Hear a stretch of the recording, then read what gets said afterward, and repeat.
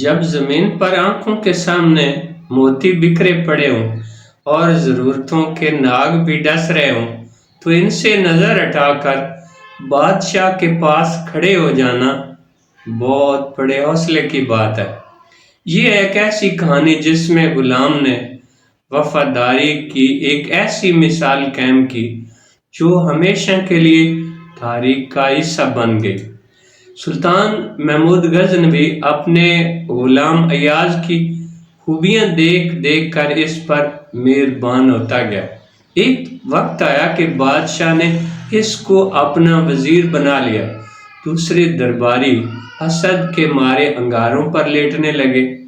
جب حسد کی آگ سینوں میں جلتی ہے تو جس شخص سے حسد ہو اس شخص کے خلاف باتیں کر کے لوگ اپنے اندر کی آگ کو ٹھنڈا کرتے ہیں۔ درباریوں نے ایاز کے خلاف بھی طرح طرح کی باتیں کرنا شروع کر دی۔ سلطان کے کان میں ان باتوں کی بھنک پڑی تو اس نے کہا کہ ان کو ایاز کی خوبیاں معلوم نہیں۔ بادشاہ کوئی ترکیب سوچنے لگا جس سے ایاز کی خوبیاں درباریوں پر ظاہر کرے۔ چند دنوں بعد سلطان ایاز اور دوسرے ارکان دولت کے ساتھ کسی جگہ روانہ ہوا۔ راستے میں اس نے موتیوں کا صندوق گھوڑے سے گرا دیا۔ صندوق ٹوٹ گیا اور سارے موتی زمین پر بکھر گئے۔ سلطان نے حکم دیا کہ جس کا جی چاہے موتی اٹھا لے۔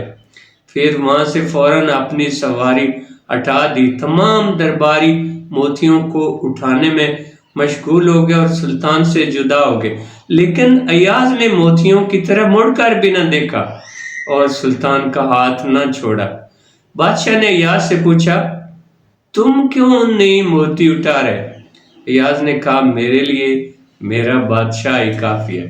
جب انسان کا اللہ پر اس قدر بھروسہ ہو جاتا ہے کہ وہ کہتا ہے میرے لیے میرا اللہ ہی کافی ہے، تو وہ اللہ کے حکم کو دنیا کے تمام مال و دولت پر ترجیح دینے لگتا ہے تو اللہ اس کے بھروسے کو دیکھ کر پوری دنیا اس کے ایک اشارے کے تابع کر دیتا ہے۔